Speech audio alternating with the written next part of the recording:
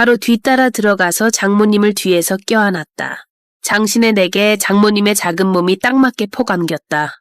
자네 왜 이러는가? 하고 장모님이 말했습니다.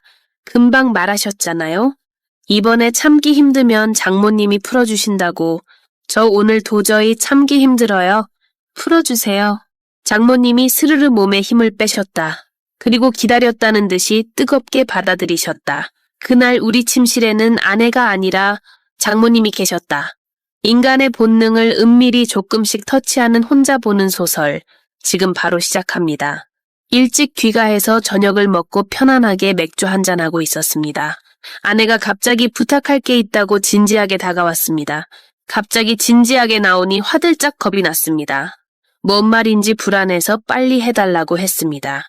회사에서 유럽으로 장기 출장을 받았으니 보내달라는 것입니다. 아내는 패션 회사 다니는데 다른 직원들도 장기 출장을 가는 편입니다. 이번에는 아내가 그 차례가 온 모양입니다. 저는 집안일은 내 혼자 할 수 없다고 말했습니다. 장모님을 불러서 그 3개월을 부탁한다는 것입니다. 그렇다면 저는 출장 가도 된다고 말했습니다. 우리 부부는 초등 1학년인 아들이 있습니다. 나는 보통 일이 많아서 귀가도 늦는 편입니다. 평일에 집안일을 해줄 사람이 필요했습니다.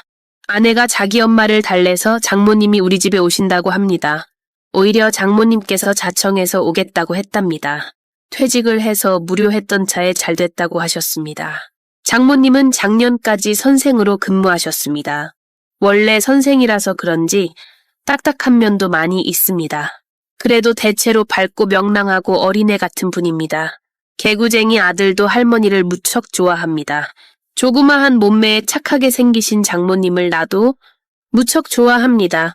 평생 세상 물정 모르고 걱정 없이 살아서 그런지 완전 동안입니다.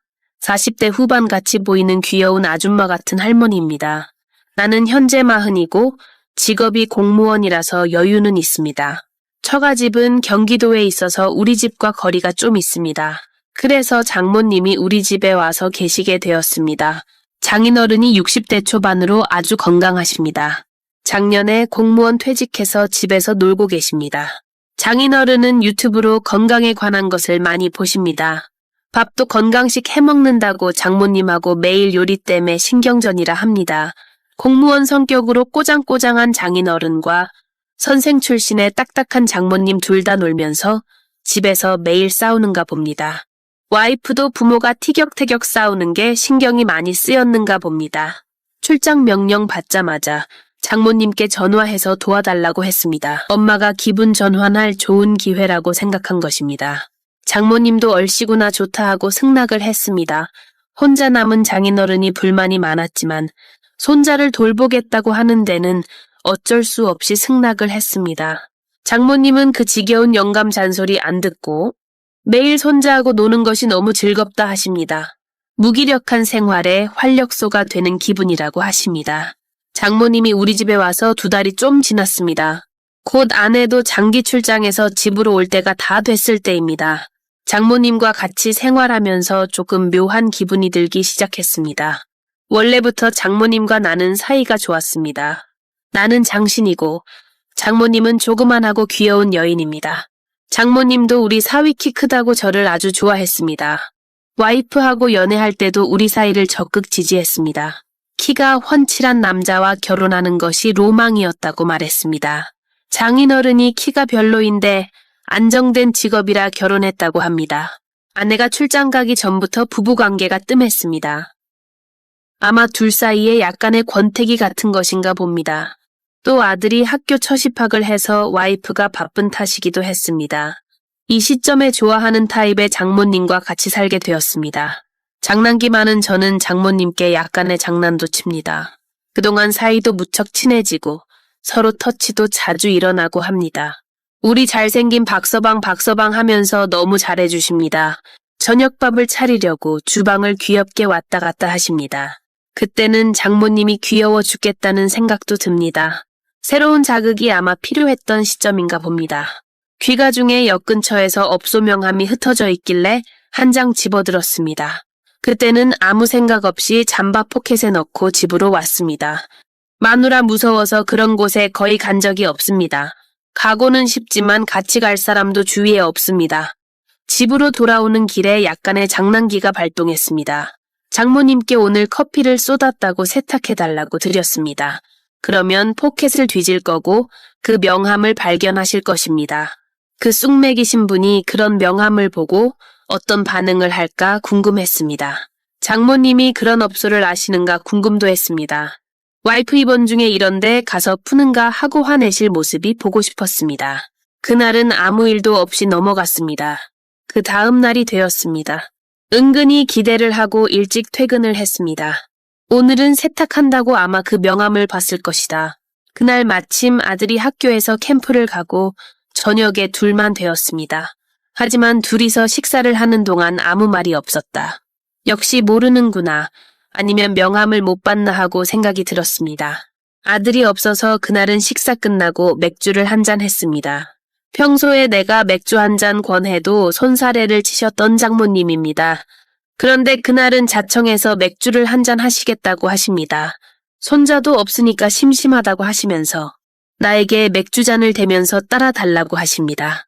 오늘 왜 이렇게 장모님이 적극적이실까? 참 별일이네 하고 생각이 들었습니다. 우리 둘이는 도란도란 재미나게 맥주를 몇 병 마셨다. 술이 들어가자 장모님은 얼굴이 밝아지며 취기가 올라왔습니다. 취한 장모님이 왜 이렇게 예쁘고 귀엽게 보이는지 몰랐습니다. 마구 가슴이 두근두근거리며 흥분되었습니다. 그때 장모님이 그 문제의 명함을 꺼내시며 말했습니다. 자네 이런 업소에 자주 가는가 하고 물었습니다. 안 보신 줄 알았는데 술자리에서 이야기하려고 하신 것입니다. 아니요, 주길래 무심결에 받았어요. 라고 말하면서 장모님 눈치를 봤다. 그런데 장모님 이게 무슨 업체인지 어떻게 아세요? 하고 슬쩍 역으로 되받아 쳐봤습니다. 왜 그래? 나도 알거는 알아. 나 세상 물정 모르는 쑥맥 아니야. 하고 얼굴이 완전 빨개지며 항의하듯이 말하셨습니다. 자네 말 돌리지 말고 솔직히 숨기지 말고 말해봐.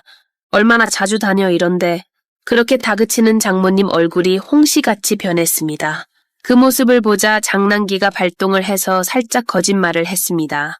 요즘 그 사람이 병원에 있어서 너무 쌓여서 딱 한 번 약간 가련하게 보이는 투로 말을 했습니다. 그런데 아주 세게 나와야 되는 장모님이 좀 이상했습니다.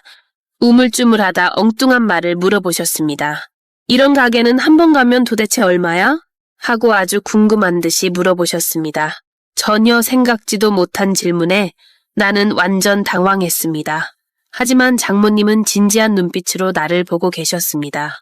그런데 그 분위기가 좀 묘했는데 혼내는 분위기가 아니었습니다. 좀 세게 말해야겠다 싶어서 과장되게 말했습니다. 저기 어머님 한번 가면 70만 원 정도 됩니다. 어머님 다시는 안 갈 테니 둘만의 비밀로 해주세요. 허구 장모님 눈치를 살짝 보며 말했습니다.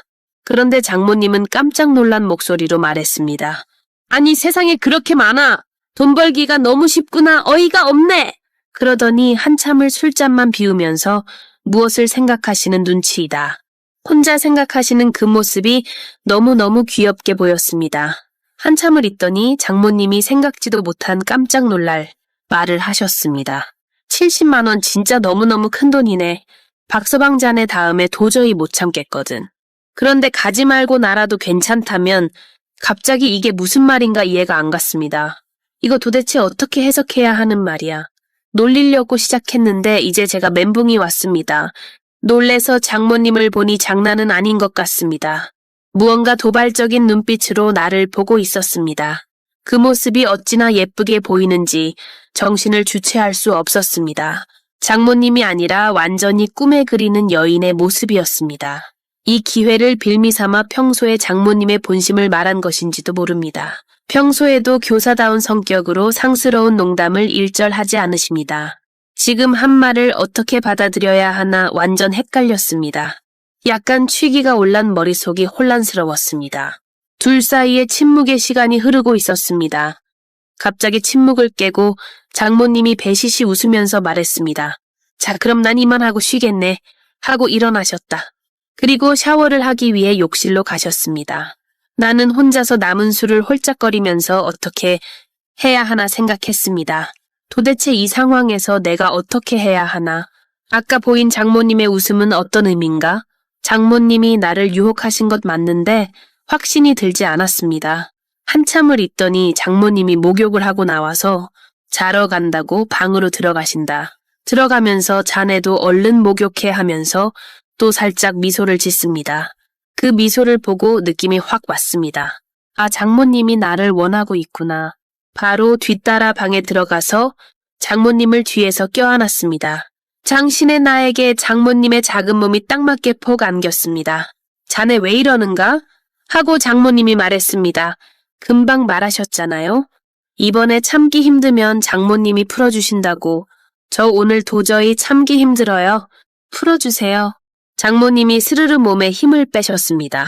그리고 기다렸다는 듯이 뜨겁게 받아들이셨다. 그날 우리 침실에는 아내가 아니라 장모님이 계셨다. 우리는 오랜만에 황홀한 시간을 보냈습니다. 같이 사랑을 나누어 보니 서로가 좋아하는 타입이었다. 나는 장모님과 같은 귀엽고 자그마한 타입을, 장모님은 나와 같은 훤칠하고 키 큰 타입 남자를. 말하자면 우리는 인너궁합이 맞는 커플이었습니다. 장모님은 왜 그런 말이 불쑥 튀어나왔는지는 모르겠다고 하셨다. 언제부터인가 나 같은 남자하고 연애해봤으면 하는 바람은 있었다고 하셨습니다. 기회가 주어졌을 때 자연스럽게 말이 흘러나온 것 같다고 하셨습니다. 장인어른하고는 40대 중반부터 관계는 없었다고 했습니다. 장인어른 성격이 꼬장꼬장해서 살면서 미운 적만 늘었다고 합니다. 그날 이후로 우리의 연애는 뜨겁게 조심스럽게 타올랐습니다. 장모님의 마지막 사랑인 나는 원도 없이 한도 없이 사랑을 받았습니다. 아내가 돌아온 이후로도 우리는 그만둘 생각이 전혀 없었습니다. 우리는 치밀하고 재미있는 비밀 연애 전략을 세웠습니다. 우리는 007 작전을 방불하는 스릴 있는 연애를 했습니다. 2주에 한 번 평일을 정해두고 만났습니다. 집에서 멀리 떨어진 지하철역에서 만나 근처에 쉴만한 곳으로 들어갔습니다. 내가 먼저 들어가서 방호수를 문자하면 장모님이 그 방으로 찾아왔습니다.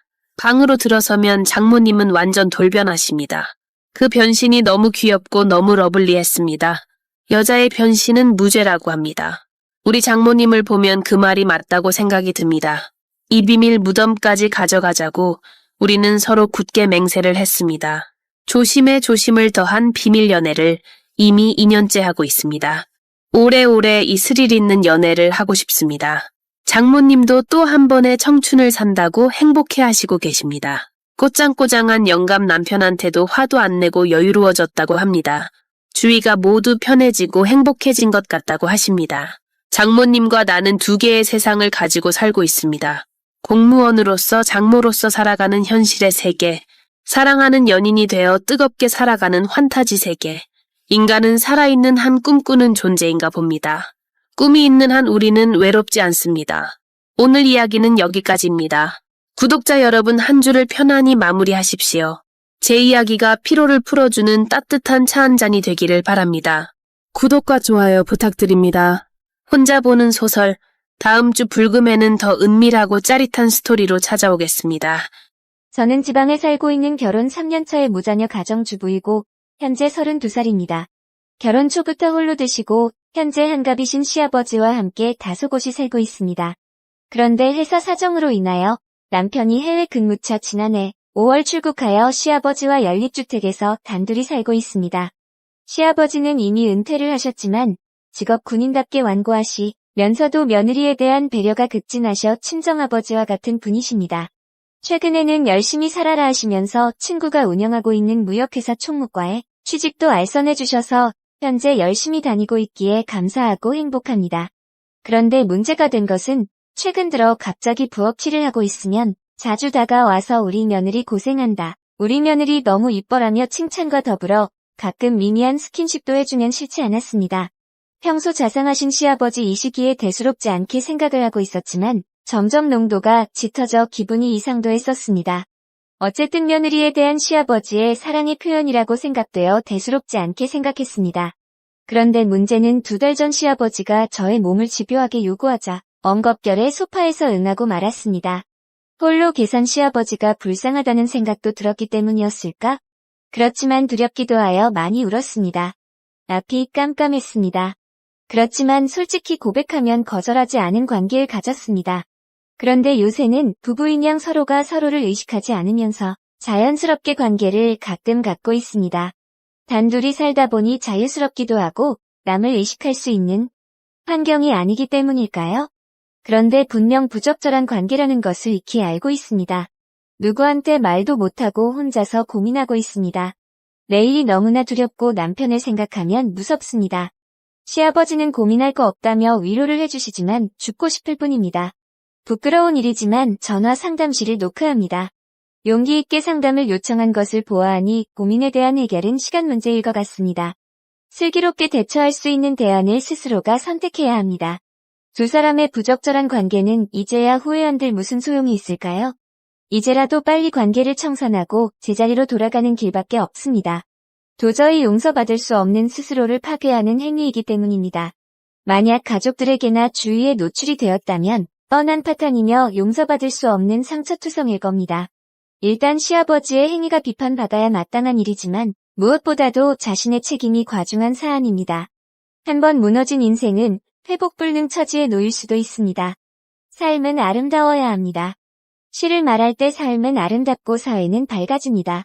예를 들면 시아버지를 성적인 폭력으로 문제를 접근할 수 있는 사안은 아니기 때문에 일단 거주 환경을 바꿔보도록 시아버지께 진정하게 충원을 해보세요.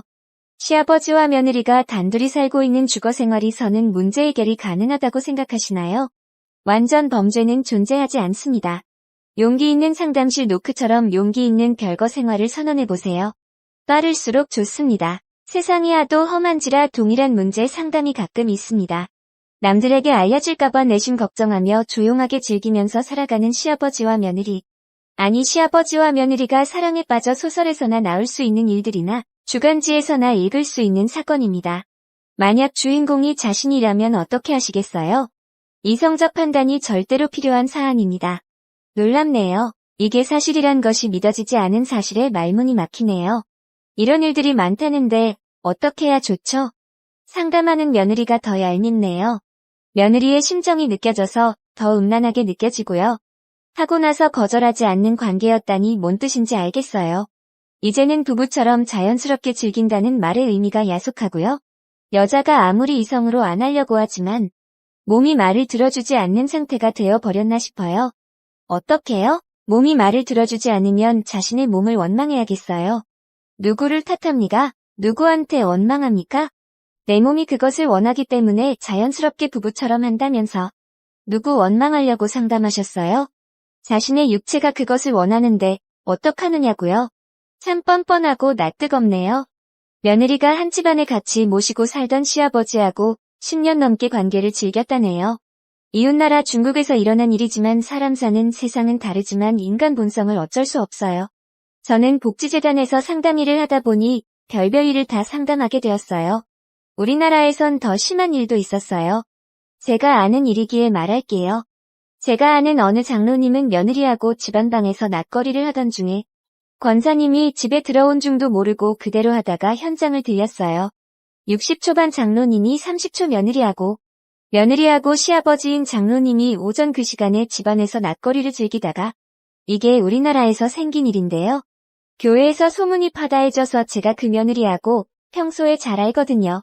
아무 일 없는 듯이 지내다가 다른 곳으로 이사 갔는데 저하고 그 후로 자주 연락하고 지내요. 자세히는 말을 안 하지만 제 느낌의 며느리도 시아버지를 좋아한 것 같았어요. 며느리가 아들 낳아서 돌잔치에 제가 갔었네요. 제 눈엔 집사님 낳은 아들이 장로님을 닮아 보이고 물론 집사님 남편이 장로님의 아드님이시니 피는 같겠지만요. 시부모님 모시고 살던 며느리가 어떻게 시아버지 말을 안 들을 수 있겠어요?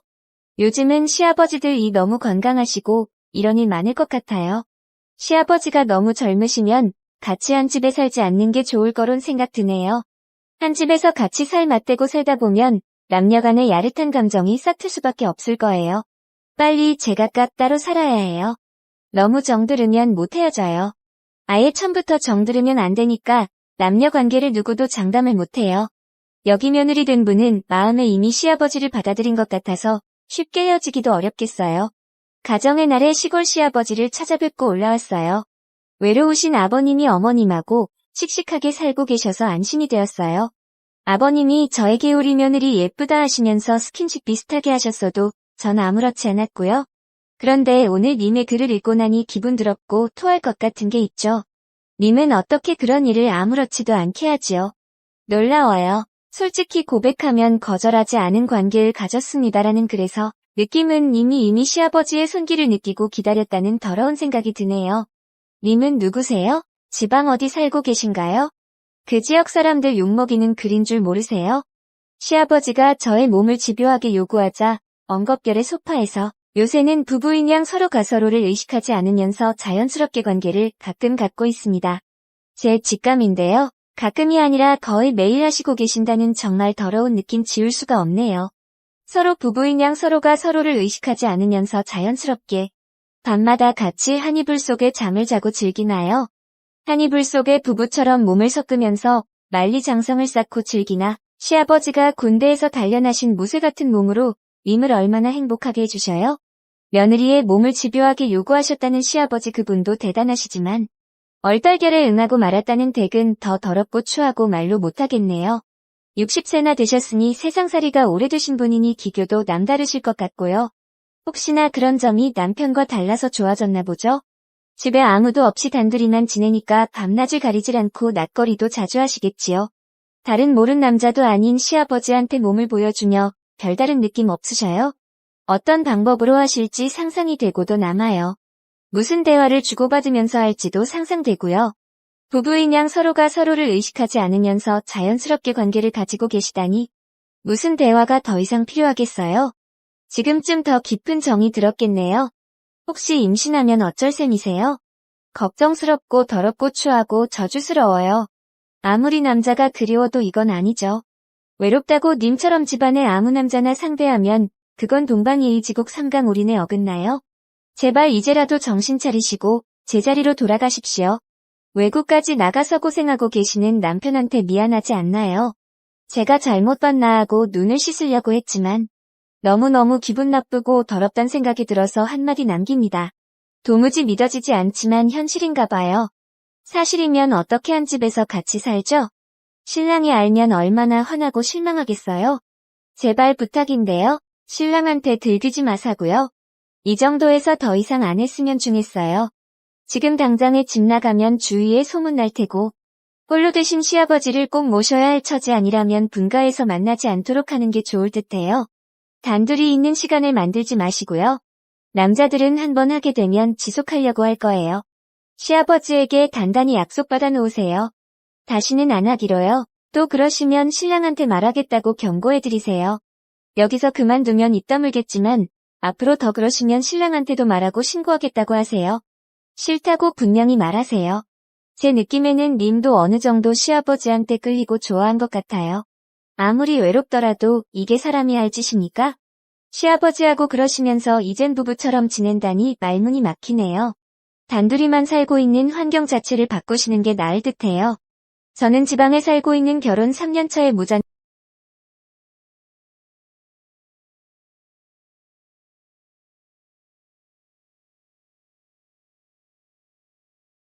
진짜요, 아버님 하면서 허벅지를 툭 쳤더니 바로 몽둥이가 반응이 오는 거예요. 아, 이거 드디어 되는구나. 그날 밤 며느리 혼자 흥분돼서 많이 쌌습니다. 물론 아버님도 많이 싼 것 같았습니다. 그 다음날 빨래거리로 나온 팬티 냄새 맡아봤거든요. 이제 디데이만 잡으면 된다. 막 흐르는 제 털지갑에게 드디어 몽둥이를 만난다고 기뻐했습니다. 인간의 본능을 은밀히 터치하는 혼자 보는 소설. 불금 8시 지금 바로 시작합니다. 구독, 좋아요 꼭 좀 부탁드립니다. 나는 경기도 신도시에서 살고 있는 40살 아줌마입니다. 시댁에서 홀로 된 시아버지와 같이 살고 있습니다. 이제부터 슬프고 기가 막한 내 인생 이야기 해보려고 합니다. 60대 초반인 시아버지는 지방공사에서 퇴직해서 지금 연금생활자입니다. 30대 중반에 교통사고를 크게 당해서 오른쪽 다리를 약간 접니다. 40대 중반에는 시어머니가 자식과 남편을 버리고 집을 나갔습니다. 아들 둘 대학까지 공부시킨다고 시아버지 정말 힘들었습니다. 저는 직장에 다니다가 친구 소개로 남편을 만났습니다. 잘생긴 모습에 반해서 마음을 주었다가 사고를 쳤습니다. 덜컥 임신이 되었는데 도저히 양심상 애를 지우기가 싫었습니다. 남편하고 둘이서 시아버지 찾아가서 결혼하겠다고 했더니 허락하셨습니다. 전세자금 1억을 해주셔서 그 돈으로 아파트 방 2개짜리 전세 얻었습니다. 남편은 잘 다니던 직장을 다니다가 그만두고 농산물 장사를 시작했습니다. 저는 남편이 미덥지가 않아서 직장을 계속 다녔습니다. 남편은 장사한다고 한 달에 20일은 집을 비웠습니다.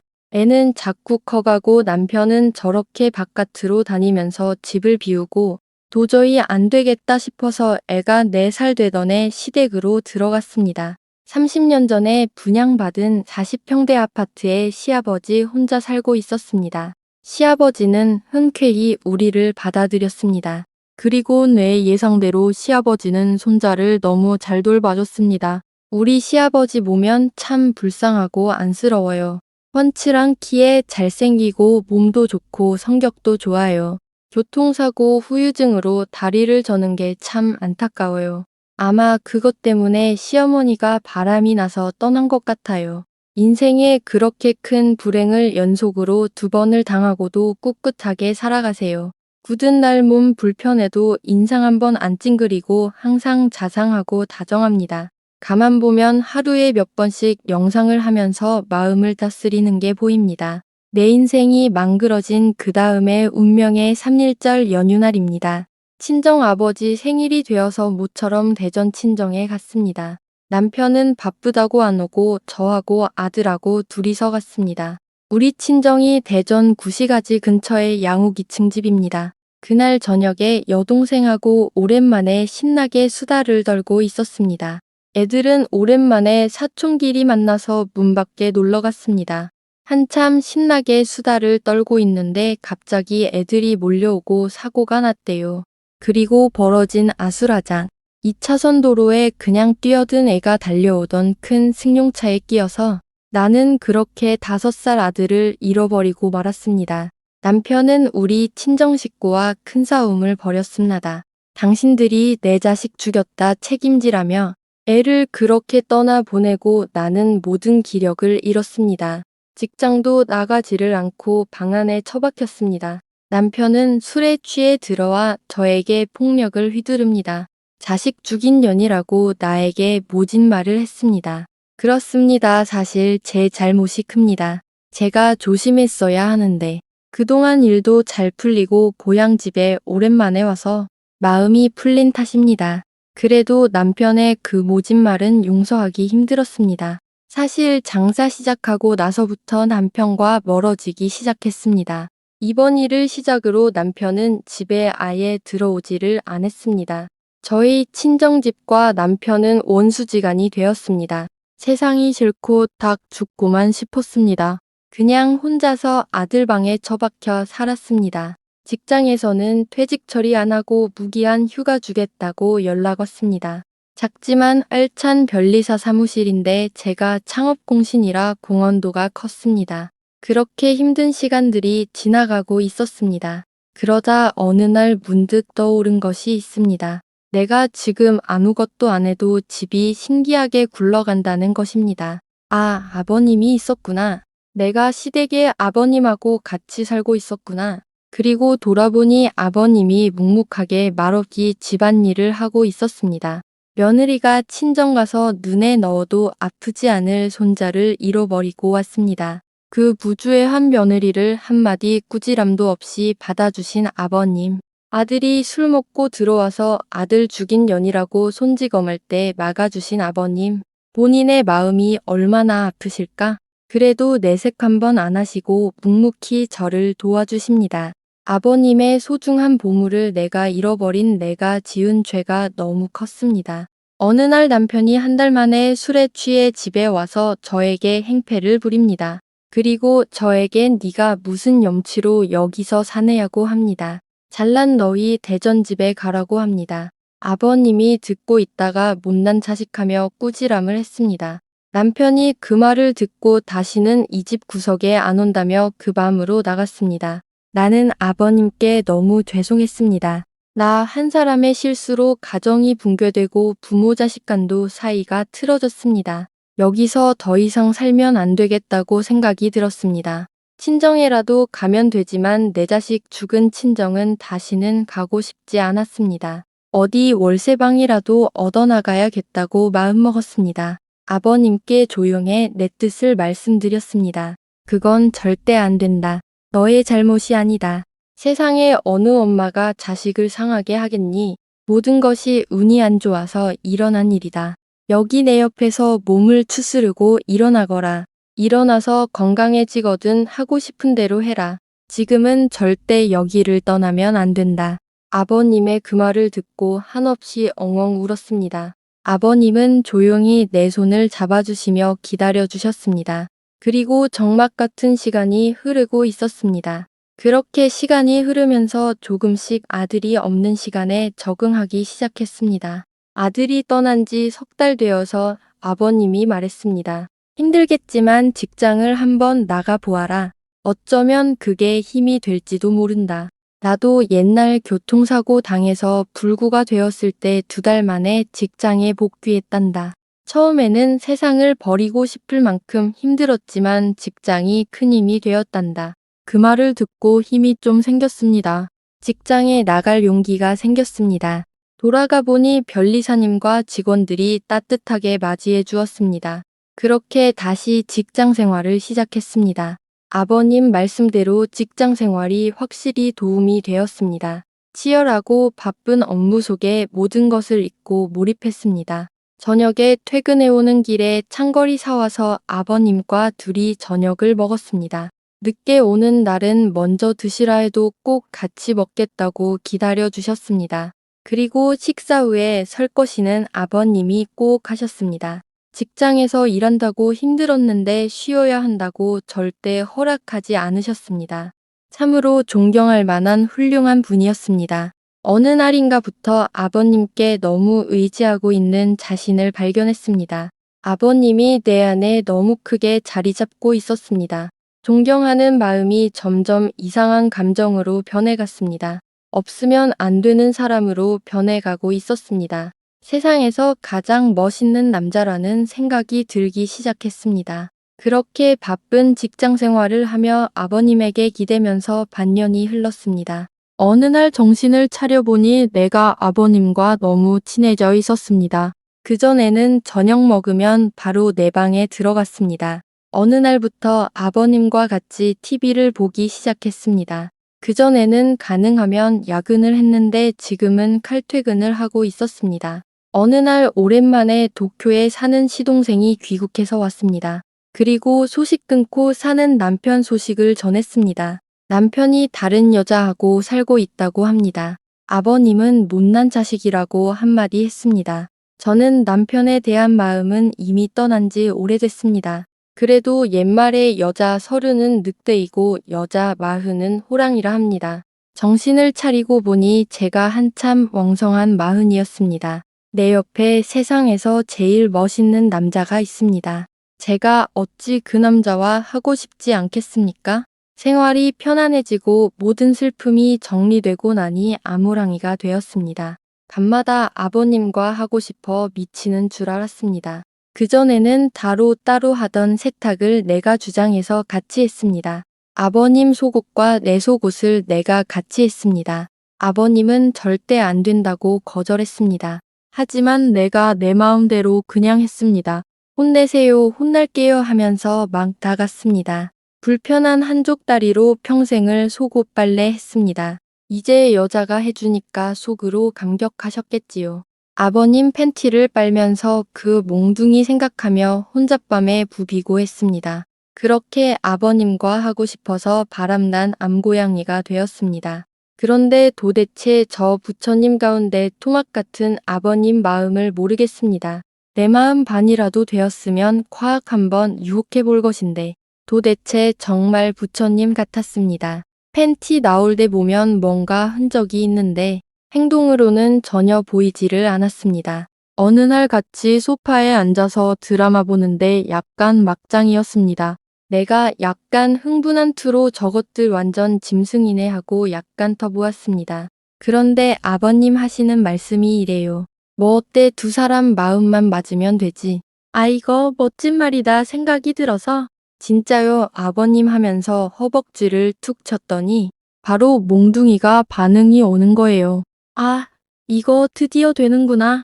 그날 밤 혼자 흥분돼서 많이 쌌습니다. 물론 아버님도 많이 싼 것 같았습니다. 그 다음날 빨래거리로 나온 팬티 냄새 맡아봤거든요. 이제 디데이만 잡으면 된다. 막 흐르는 제 털지갑에게 드디어 몽둥이를 만난다고 기뻐했습니다. 그리고 며칠 뒤 저녁을 먹고 있는데 남편이 왔습니다. 아직도 이 집에 있느냐고 하면서 이혼 서류 가져왔다고 도장 찍으래요. 저도 분김에 알았다고 도장 찍어 주었습니다. 며칠 내로 나갈 테니 걱정 말라고 했습니다. 아버님도 화가 나서 아들 보고 이 집에서 썩 나가라고 호통을 쳤습니다. 그렇게 순식간에 이혼이 되고 저는 혼자 방 안에서 울었습니다. 한참을 그러고 있는데 방문을 열면서 아버님이 들어왔습니다. 아버님 저 이 밤에는 못 나가요. 내일 나갈게요. 아버님이 저를 화학 껴안으면 말했습니다. 절대 안 된다. 여기간 이 집이다. 나 너 없으면 못 산다. 네가 나에게 얼마나 소중한 존재인데 그럼 왜 지금까지 가만히 있었나요? 제가 얼마나 하고 싶어 하는 줄 봤잖아요. 밤마다 아버님하고 하고 싶어서 얼마나 울었는데요. 그래 안단 아도 수없이 봤단 이 팬티. 하지만 나는 늙었고 저른발이야. 그런 내가 곱디고 온 이 예쁜 너를 망쳐서는 안 되지. 뭐가 안 된 아는 당신밖에 없어 이 영감탱이야. 어서 꺼내놔 왜 몽둥이 보고 싶어. 그리고 나는 다짜고짜 뜨겁게 입맞춤을 했습니다. 입맞춤을 하는 동안 부지런히 손을 놀려 서로를 완전 무장해제했습니다. 아, 정말 그 몽둥이 우람하고 컸습니다. 속으로 오늘 내 털지갑 저거 받아들이려면 무지하게 아프겠다 했습니다. 그리고 우람하고 거무튀튀한 몽둥이를 손에 쥐었습니다. 내가 위에서 지체 없이 말하는 꽃잎으로 달래주기 시작했습니다. 그리고 부드럽게 허리를 돌려 내 털지갑을 대어 주었습니다. 목이 말랐던 아버님은 꽃잎 속에 물을 한어기 마시기 시작했습니다. 이윽고 아버님의 몽둥이를 내가 스스로 내 털지갑 속에 넣기 시작했습니다. 빡빡한 고통이 지나가고 우리는 동시에 해븐에 올랐습니다. 세상에 태어나서 그처럼 짜릿하고 상쾌한 일은 처음이었습니다. 이 맛을 못 보고 죽었더라면 원통에서 눈을 못 감을 뻔했습니다. 그 큰 몽둥이는 격렬한 전투 끝에 엄청난 용암을 내 꽃잎에 분출했습니다. 그날 밤 내 마음이 거칠 것이 없이 당당하고 적극적이었습니다. 마침 정식으로 이혼을 했으니 아버님은 이제 남남이 되었습니다. 아니 남남이 아니라 정식으로 내 남자친구가 되었습니다. 나는 첫 번째 전투가 끝나자 아버님이라 안 부르고 여보라 불렀습니다. 앞으로 내 서방님이니까 평생 잘 먹여 살리라고 부탁했습니다. 물론 그 사람도 새끼손가락 걸고 맹세했습니다. 평생 잘 먹여 살리겠다고. 아니 그거 위에 있는 입 말고 위에 있는 입은 나도 돈 벌어서 먹고 살 수 있어. 내 말은 자기가 내 밑에 있는 입을 먹여 살리라고. 아버님이 아차내 신랑이 말했습니다. 냅담은 평생 이 똘똘이가 매일 먹여드리겠습니다. 아 행복해요. 이제야 제대로 된 신랑 만났네요. 어디서 이런 병강쇠가 왔을까? 오늘 이야기는 여기까지입니다. 구독자 여러분, 나이가 들어도 멋진 연애는 하고 싶습니다. 저는 요즘 눈이 침침해서 눈영양제 루테인을 먹고 있습니다. 건강을 잃으면 연애도 못합니다. 건강관리 철저히 하십시오. 인간의 본능을 은밀히 터치하는 혼자 보는 소설. 다음, 불금 8시에 더 은밀한 스토리로 찾아뵐게요. 구독, 좋아요 꼭 좀 부탁드립니다. 안녕하세요. 40대 초반 여자입니다. 삶의 지옥 같던 시간을 이겨내고 이제는 좀 안정이 되어 사연을 보냅니다. 저는 30대 초반이었고 남편은 40대를 바라보고 있을 때 처음 만났습니다.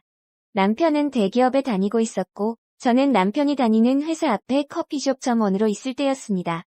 남편은 점심시간 때면 제가 일하고 있는 커피숍으로 왔고 남편 동료들과 우르르 몰려와서 커피숍에서 한참 떠들다가 다시 회사에 들어가곤 했습니다.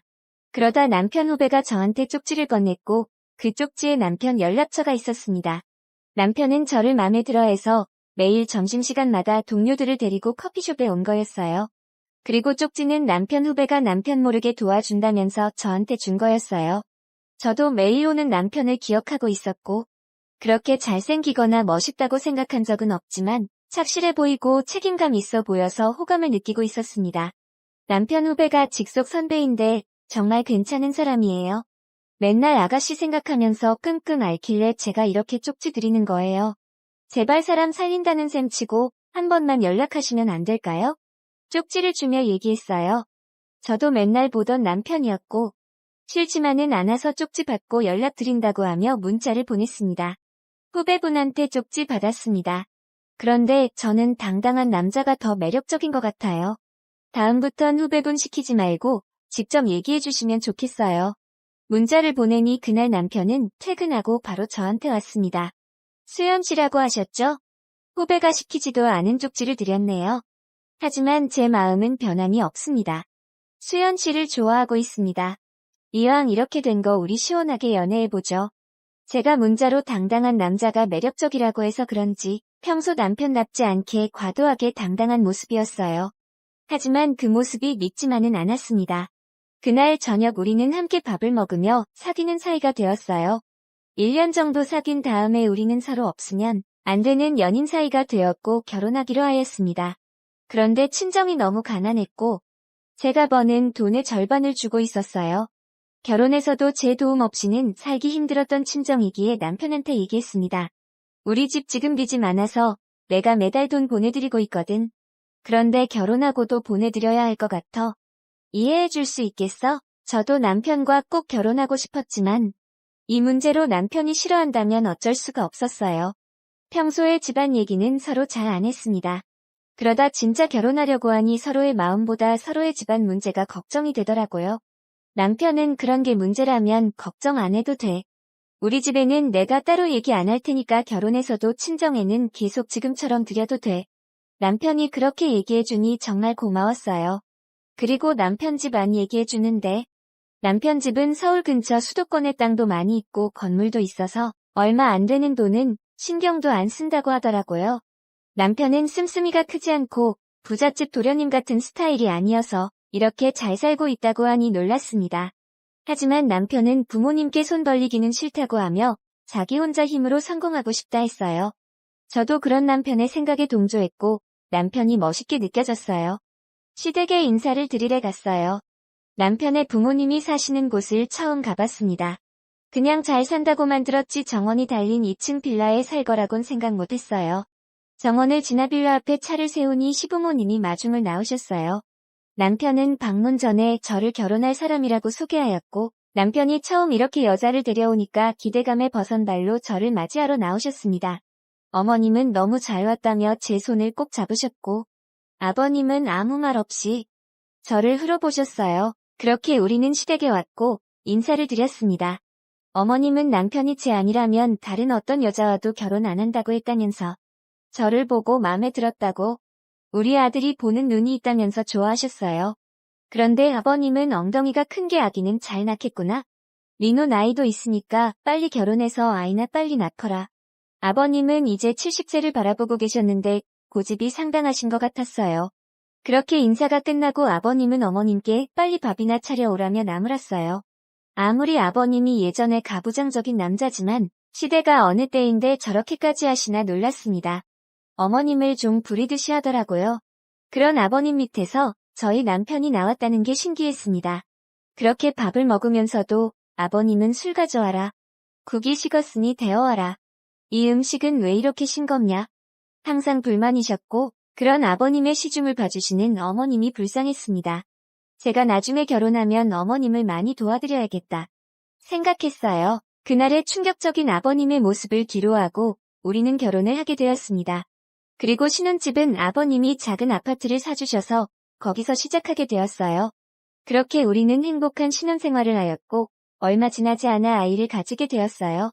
아이를 가졌다는 소식에 시아버님은 무척이나 좋아하셨고 저에게 갖은 한약이랑 임산부랑 아이한테 좋다는 음식은 다 보내주셨습니다.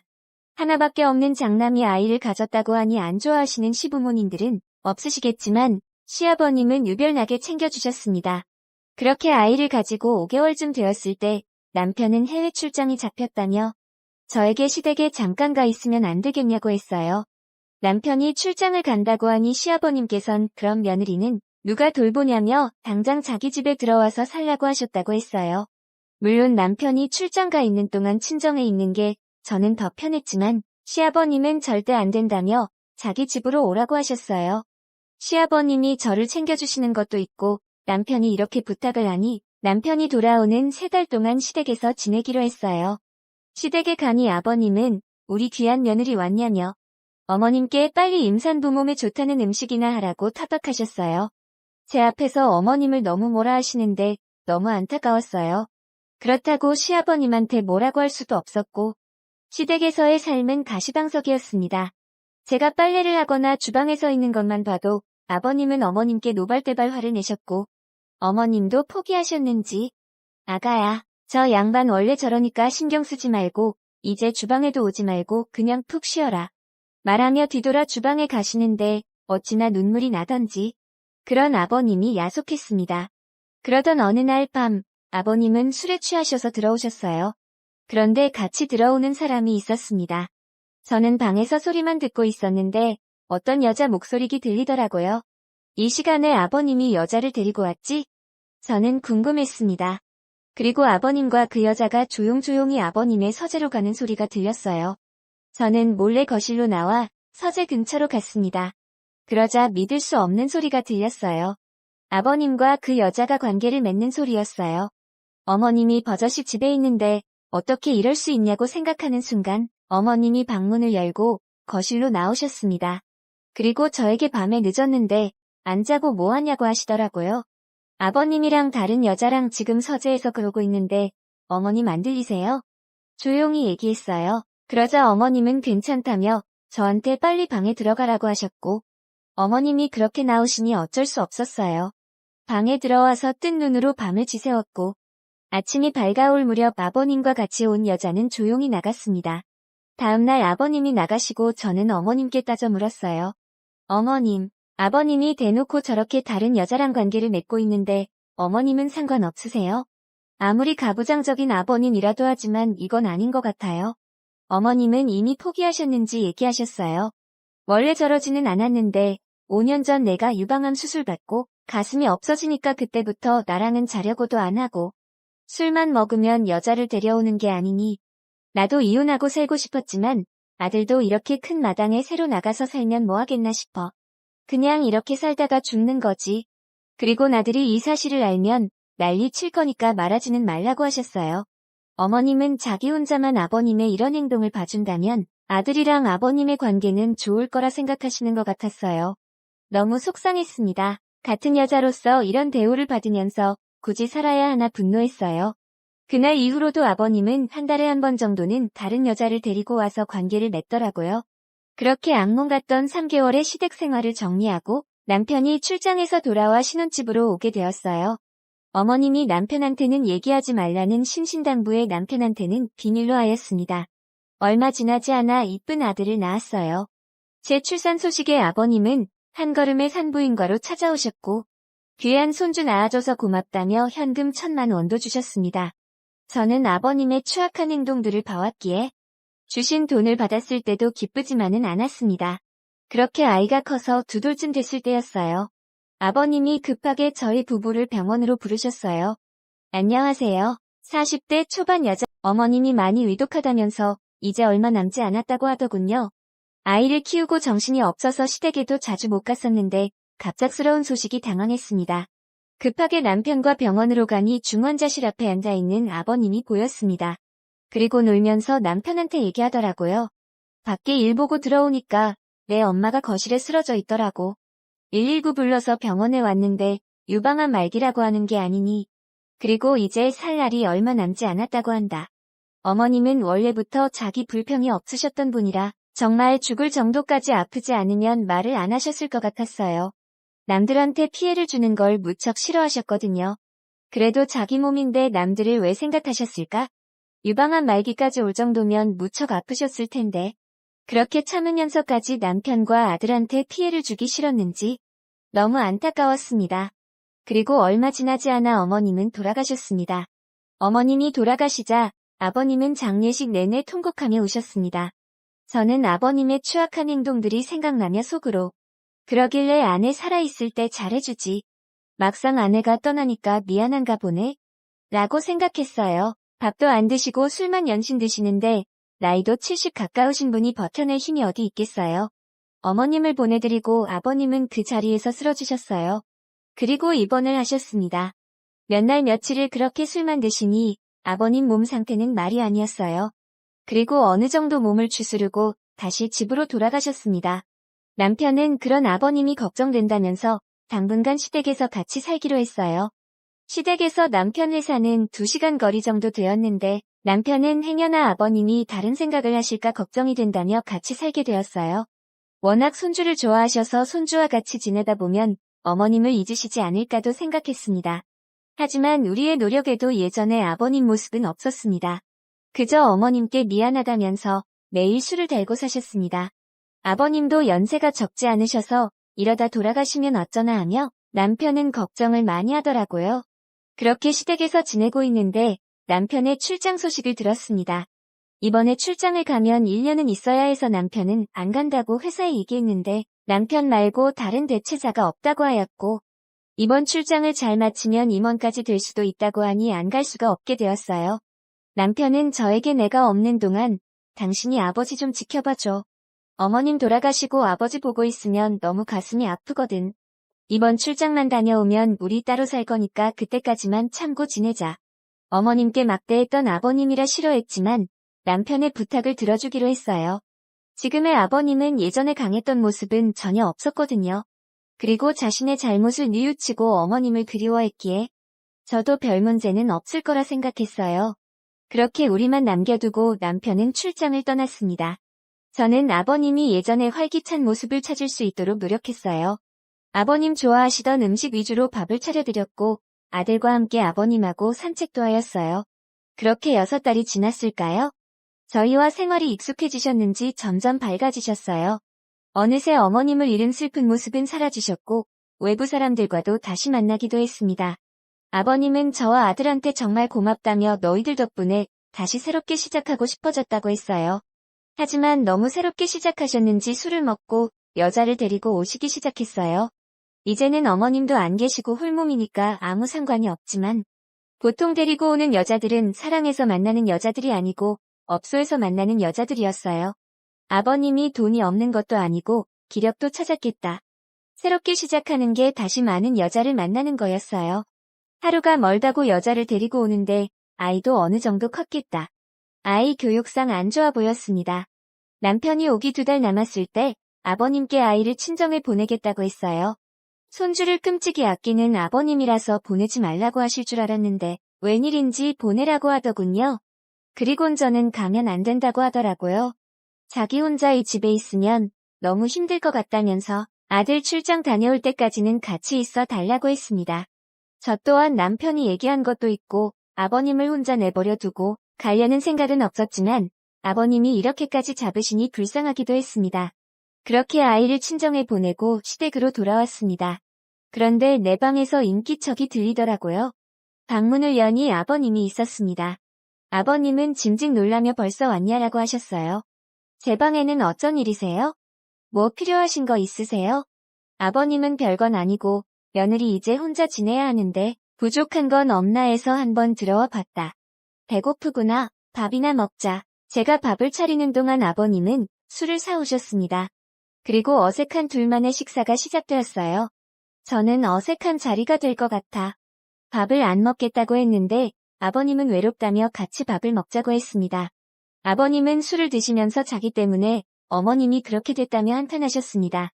저는 며칠 전까지만 해도 업소 아가씨들 데리고 오면서 어머님은 다 잊은 듯한 아버님이었는데 갑자기 이렇게 저한테 어머님 얘기를 하니 어이가 없었어요. 정말 알다가도 모를 아버님이라 생각했습니다. 그렇게 아버님과 밥을 먹고 저는 방에 들어와 잠을 청하였습니다. 그리고 얼마 지났을까요? 정말 생각하고 싶지 않은 일을 겪게 되었습니다. 그날 늦은 밤이었어요. 저는 한 번 자면 깊게 자는 편이라서 그날도 친정까지 왔다 갔다 하고 많이 피곤했습니다. 그렇게 세상 모르게 자고 있는데 이불 안으로 누가 들어오는 느낌이 들었습니다. 그리곤 이불을 들치니 아버님이 계시는 겁니다. 아버님 지금 여기서 뭐 하시는 거냐고 소리쳤습니다. 하지만 저랑 밥 먹을 때 이후 술을 더 드셨는지 아버님의 눈빛은 이성을 잃었습니다. 아가야, 너무 외로워서 도저히 안 되겠다. 오늘만 나를 남자로 생각해주면 안 되겠니? 저는 이불을 제 쪽으로 끌어당기며 경찰에 신고하겠다고 했어요. 그러자 아버님은 저를 밀치고 말이 안 통한다며 저를 때렸습니다. 70다 드신 노인이 왜 이렇게 힘이 좋으신지 저항할 수가 없었습니다. 그렇게 저는 아버님에게 제 몸을 맡기게 되었습니다. 아버님은 관계가 끝나고 얘기했어요. 아까 너 없을 때 이 방에 CCTV 설치했으니까 행여나 딴 마음 먹지 말아라. 아들이 2달 뒤에 온다니까 그때까지만 나랑 같이 살면 내가 오늘 찍힌 영상은 아들한테 비밀로 하마. 저는 하늘이 무너지는 줄 알았습니다. 내일 당장 경찰에 신고해서 아버님이고 뭐고 다 정리하려고 했는데 영상을 찍었다고 하니 소름이 돋았습니다. 많은 생각을 했습니다. 이 영상이 남편한테 그리고 아들한테 간다면 나는 어떤 여자가 되는 거지? 정말 죽고 싶었습니다. 그리고 아버님도 죽이고 싶었습니다. 다음날 저는 제 방을 뒤졌고 정말 안 보이는 곳에 조그만 카메라가 있더군요. 혹시나 아버님이 저를 겁주려고 거짓말한 거라면 당장 신고하려고 했는데 정말 영상이 찍혔습니다. 그날 저는 바로 친정집으로 갔습니다. 이 사실을 누구한테 말하기도 싫었고 우선 아버님과 떨어져서 지내야겠다고 생각했어요. 친정에서 잠을 청하고 있는데 한 통의 문자가 왔어요. 아버님의 문자였어요. 아버님은 어제의 동영상의 한 장면을 저에게 보내셨습니다. 그러면서 내일 당장 돌아오지 않으면 아들한테 영상을 보내겠다고 했어요. 너무 창피한 마음에 다음날 시댁으로 바로 돌아왔습니다. 그리고 밤이 되자 아버님이 오셨고 아버님은 내가 얘기했지. 아들 올 때까지만 그냥 같이 있어 달라고. 자꾸 이렇게 피하면 나도 어쩔 수 없다. 이런 악마가 있을까요? 정말 무서웠습니다. 하지만 영상의 모습이 들키기 싫었어요. 어쩔 수 없이 아버님의 요구를 들어주게 되었어요. 하루하루가 지옥이었습니다. 하루빨리 남편이 돌아오기만을 기다렸습니다. 그리고 한편으로는 이런 악마 같은 아버님이 어떻게 됐으면 하기도 했어요. 그렇게 아버님과 단둘이 산 지 한 달쯤 됐을까요? 모르는 번호로 한 통의 전화가 왔습니다. 박주일님이랑 어떤 관계시죠? 박주일은 아버님 이름인데 누군데 나한테 연락하는 거지 생각했어요. 저는 며느리라고 했습니다. 그러자 박주일님 1시간 전에 교통사고 당하셨는데 그 자리에서 사망하셨습니다. 주변에 아는 사람도 없어서 박주일님 핸드폰에 있는 번호로 연락드린 겁니다. 빨리 병원으로 오셔야 할 것 같아요. 저는 너무 어이가 없었습니다. 어제까지도 저의 몸을 탐했고 그렇게 죽었으면 하는 사람이 이렇게 바로 죽다니. 아무 정도도 믿지 않는 제가 신이 정말 있나 싶을 정도로 너무 빠른 응답을 해주셨거든요. 저는 기뻐하며 병원으로 갔습니다. 병원에는 경찰들이 있었고 저에게 얘기했어요. 박주일 씨가 술에 취해서 무단횡단을 하였고 어두운 곳이라 미처 박주일 씨를 보지 못한 덤프트럭에 부딪혀 사망하셨습니다. 그리고 아버님의 유품들을 저에게 주었습니다. 저는 이제 빨리 장례 절차를 밟아야 하기에 정신이 없었지만 침착하게 아버님 핸드폰을 봤습니다. 핸드폰 안에는 그날 찍었던 동영상이 들어있더라고요. 저는 그 동영상을 삭제하고 핸드폰은 불태웠습니다. 남편이 급하게 돌아와서 아버님의 장례를 치렀습니다. 정말 하늘이 도와주신 건지 그렇게 악마 같았던 아버님은 사라졌습니다. 그리고 아버님과 저만 알고 있던 동영상도 같이 사라졌고요. 정말이지 그때 생각하면 죽고 싶기도 했는데 하늘이 도와 아버님께 천벌을 내렸다고 생각해요. 이제는 이렇게 얘기할 수 있어서 이렇게 사연을 보냅니다. 긴 글 읽어주셔서 감사합니다. 어머님이 많이 위독하다면서 30대 여성이에요. 저는 평소에 좋은 일을 하면 좋은 일이 돌아오고 나쁜 일을 하면 나쁜 일 역시 돌아온다고 믿고 살았어요. 그리고 그 믿음은 얼마 전 현실로 증명이 되었죠. 제가 이렇게 사연을 보내게 된 것도 바로 그 일 때문이에요. 당시 저는 우리나라 3대 명문대 중 하나인 K대학교 법학과에 다니고 있었어요. 저는 중고등학교 때부터 무언가에 꽂히면 꼭 해내고 마는 성격이었거든요. 그런 제게 공부는 자존심과도 같은 거였죠. 그래서 누구보다 열심히 해왔고요. 저희 엄마한테는 고액 과외 한번 받지 않고도 명문대에 진학한 딸이 늘 자랑거리였어요. 하지만 이런 기쁨도 잠시 아빠가 운영하시던 건축 관련 회사가 기울기 시작하면서 저희 집에 시련이 닥치기 시작했죠. 살던 집에서도 이사를 해야 했고 전업주부였던 엄마도 일을 하셔야 할 정도로 집 사정이 좋지 못했어요. 어수선한 환경 때문인지 저는 그동안 한 번도 놓친 적 없던 장학금을 놓치고 말았어요. 그 바람에 계획에 없던 휴학을 하게 되었고요. 당장 제가 사용하는 휴대폰 요금이라도 내려면 돈을 벌어야 하는 상황이었어요. 다행히 평소 저를 예뻐해 주시던 엄마의 친구분 도움으로 대형 로펌에서 아르바이트를 하게 되었어요. 로펌이라니. 비록 아르바이트였지만 전 꿈의 직장에 다니게 된 게 마냥 좋기만 했어요. 나도 빨리 이쪽 일을 하는 버젓한 사람이 되고 싶다는 생각을 하며 출근을 했죠. 로펌에서 제가 하는 일이라고는 눈에 띄지도 않는 청소나 잔심부름이 고작이었지만 타고난 머리로 일도 빨리 배우고 야무지게 잘하니 사무장님들이 예뻐해 주시더군요. 덕분에 저는 아르바이트였지만 일의 재미를 느꼈고 저도 로펌의 일원이 된 것 같아 즐겁게 생활할 수 있었어요. 그렇게 저는 로펌에 완벽하게 적응하게 되었고 그러면서 저보다 6살 많은 젊은 사무장님과 친해졌어요. 당시 제 연애 경력은 또래 남자친구랑 100일 정도 사귄 게 고작이라서 어른 남자의 매력에 마음이 흔들리게 되었죠. 사무장님은 외모도 뛰어난 데다 옷도 잘 입고 말솜씨도 좋아서 여직원들이 호감을 갖고 호시탐탐 노리고 있었어요. 자신감 하나는 어디서도 빠지지 않는 저였지만 정직원도 아니고 아직 대학 졸업도 못한 처지라 짝사랑으로 만족하기로 일찌감치 마음을 먹었더랬죠. 하지만 그런 저에게도 기회가 찾아왔어요. 그날은 월급날이었어요. 모두 같은 날 월급을 받았기에 사람들은 신이 나서 오랜만에 회식을 하자고 했죠. 사실 전 회식은 처음이라 은근히 기대가 되더라고요. 마침 제 환영회를 겸하는 자리라서 저는 폭탄주를 릴레이로 마시게 되었어요. 그 바람에 화장실 변기를 잡고 한참을 씨름해야 했죠. 머리가 깨져나갈 것 같아서 이러다 죽는 게 아닐까 할 때쯤 제 눈에 아른하게 사무장님의 얼굴이 보이는 거예요. 괜찮아? 많이 힘들면 내가 말해줄 테니까 집에 가도 돼. 상냥한 사무장님의 말투에 저는 어디서 그런 용기가 났는지 그대로 그에게 입을 맞췄지 뭐예요. 그리곤 술이 확 깨버렸죠. 술 때문인지 창피해서인지 저는 얼굴이 빨갛게 달아올라서 서둘러 가게를 빠져나왔어요. 가게가 멀어지자 그제야 저는 길가에서 자책했어요. 미쳤어. 어쩌자고 그런 짓을. 하지만 이미 엎질러진 물이었고 전 당장 내일 출근해서 그 사람 얼굴을 어떻게 보나 걱정이 태산이었죠. 혹시 여직원들이 봤으면 어쩌나 별의별 생각이 다 들더라고요. 그때였어요. 제 뒤에서 자동차 한 대가 크락션을 빵빵거리며 다가오더라고요. 놀라서 옆으로 비켜보니 사무장님의 차였어요. 타, 데려다 줄게. 그가 말하더군요. 전 등을 돌려 얼굴을 숨겼죠. 뭐 하는 거야? 그런 대범한 짓을 벌여놓곤 설마 이제 와서 내숭 떠는 건 아니지? 그는 제가 창피해야 할까봐 일부러 농담조로 말하더라고요. 저는 차마 그 사람을 쳐다볼 수가 없었지만 에라 모르겠다 하는 심정으로 눈 딱 감고 차에 올랐어요.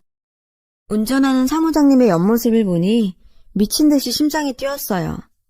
제 심장 소리가 밖에까지 들리지 않을까 걱정이 될 정도로요. 그래서 무슨 말이라도 해야겠다 생각한 그때 집이 어디야? 거기 내비에 집 주소 좀 찍어볼래? 운전 중이던 그는 제게 말했어요. 저는 잠시 망설이다 집 주소를 내비게이션에 입력했죠. 가깝네? 네. 저는 짧게 대답했고 우리 둘의 대화는 거기서 끝이 났어요.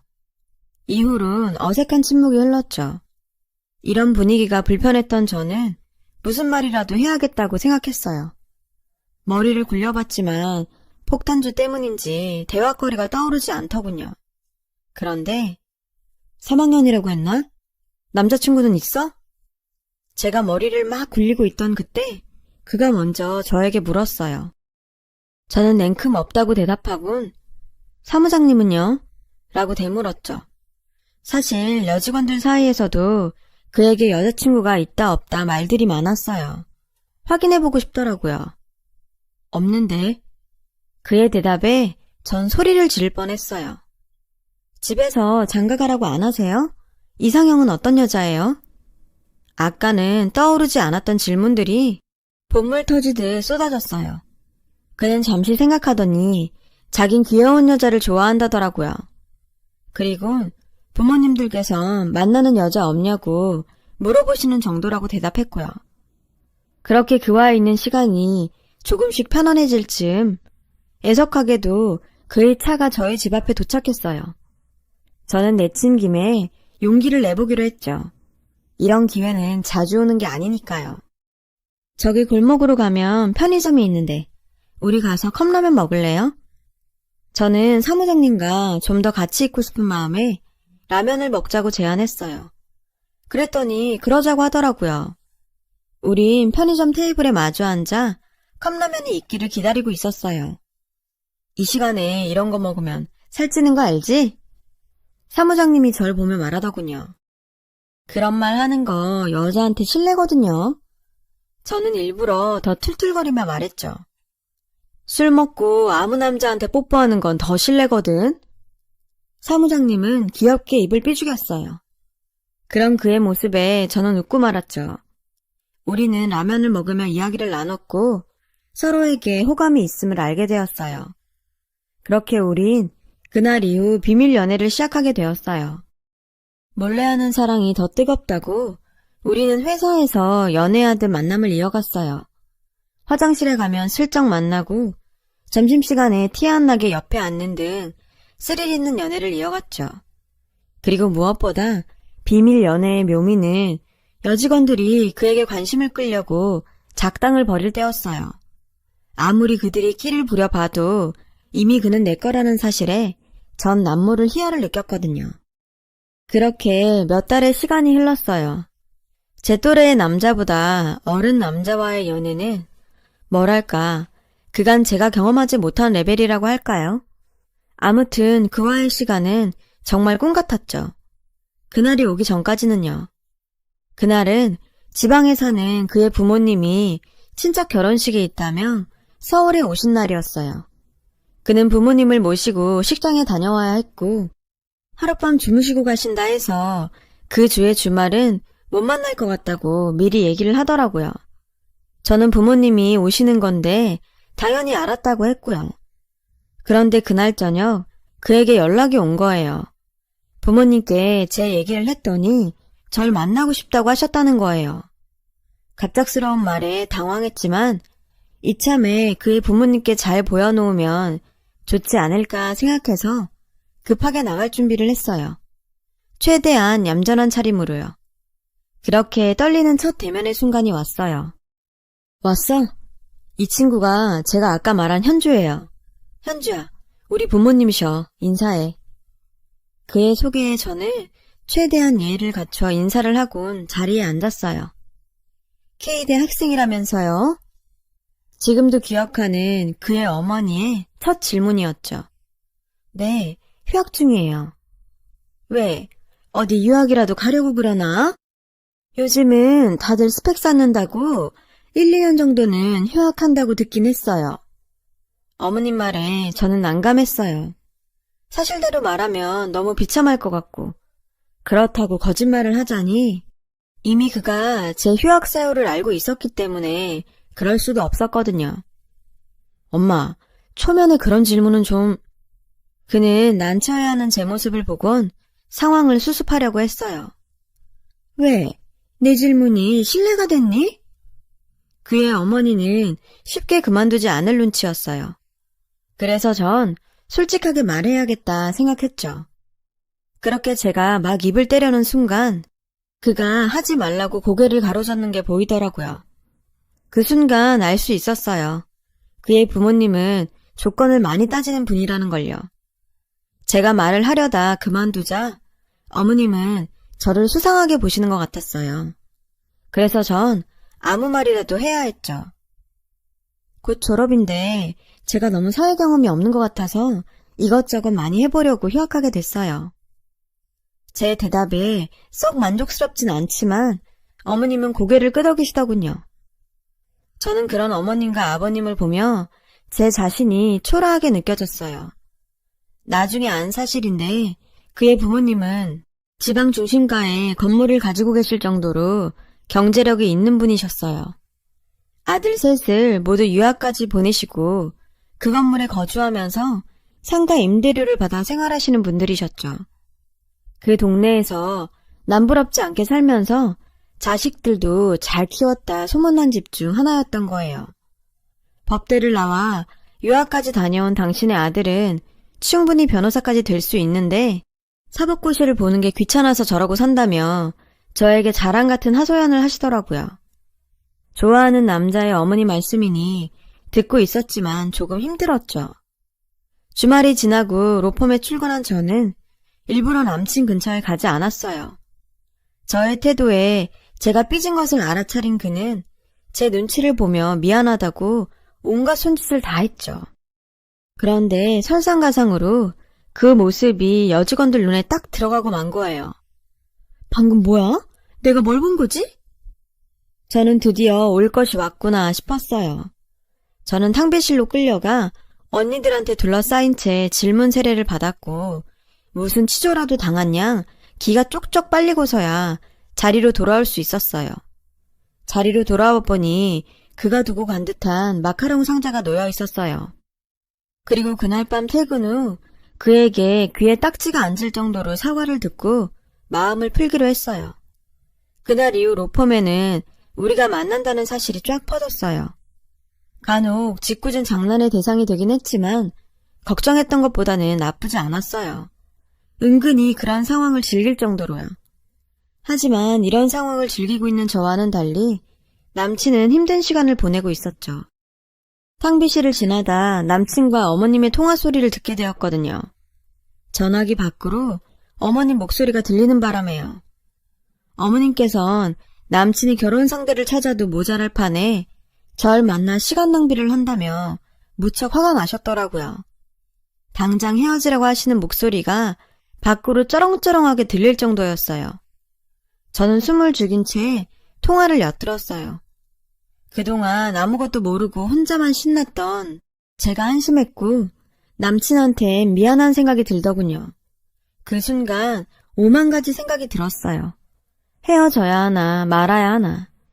결국 전 남친한테 휴게실에서 하는 통화 소리를 들었다고 말했어요.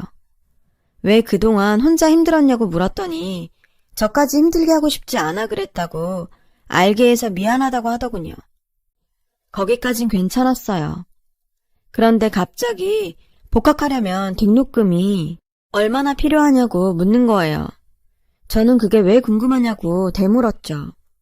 그랬더니 제가 자기 부모님한테 인정받을 만한 조건을 갖추면 좋을 것 같다는 거예요.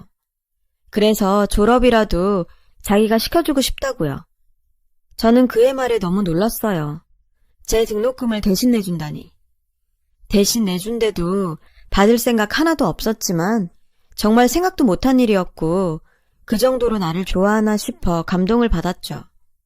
그런데 학자금 대출을 받는 건 어때? 갚는 건 내가 도와주더라도.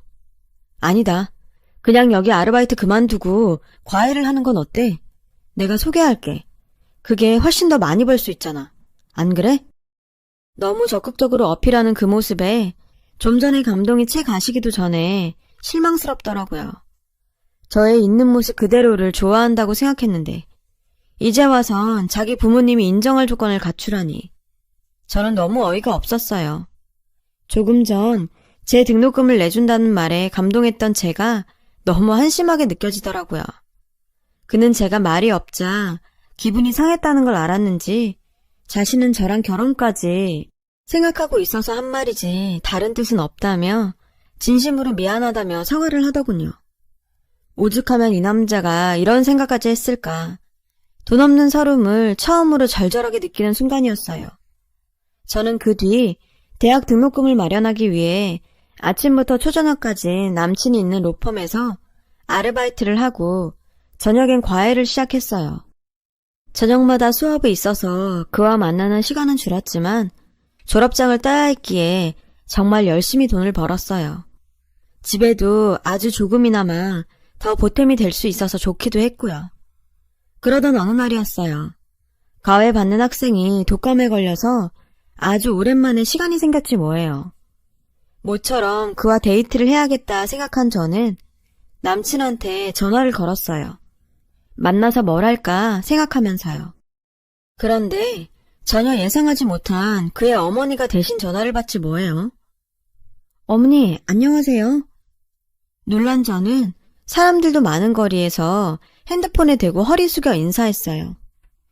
마침 연락하려고 했는데 잘 됐네. 우리 전에 만났던 가게에서 만날까? 저는 결코 좋은 소리를 듣지 못할 거란 걸 알았지만 어쩌겠어요. 어머님이 나오라니 나가야죠. 그런데 약속 장소에는 어머니뿐만 아니라 낯선 여자도 같이 있더라고요. 왠지 불길했어요. 아니나 다를까 어머님은 제가 자리에 앉기도 전에 제게 여자를 소개하시더군요. 빨리 왔네. 인사해라. 우리 승현이랑 결혼한 애다. 그 말에 전 멈칫했어요. 어머니 옆에 앉아있던 여자는 제게 자신의 명함을 내밀며 말하더라고요. 어머니께 얘기 많이 들었어요. 그 여자 명함에 교수라는 두 글자가 선명히 보이더군요. 생각지도 못한 상황에 전 할 말을 잃었어요. 어머님은 제게 너 따위는 내 며느리가 될 수 없다는 걸 말하고 싶으셨던 거죠.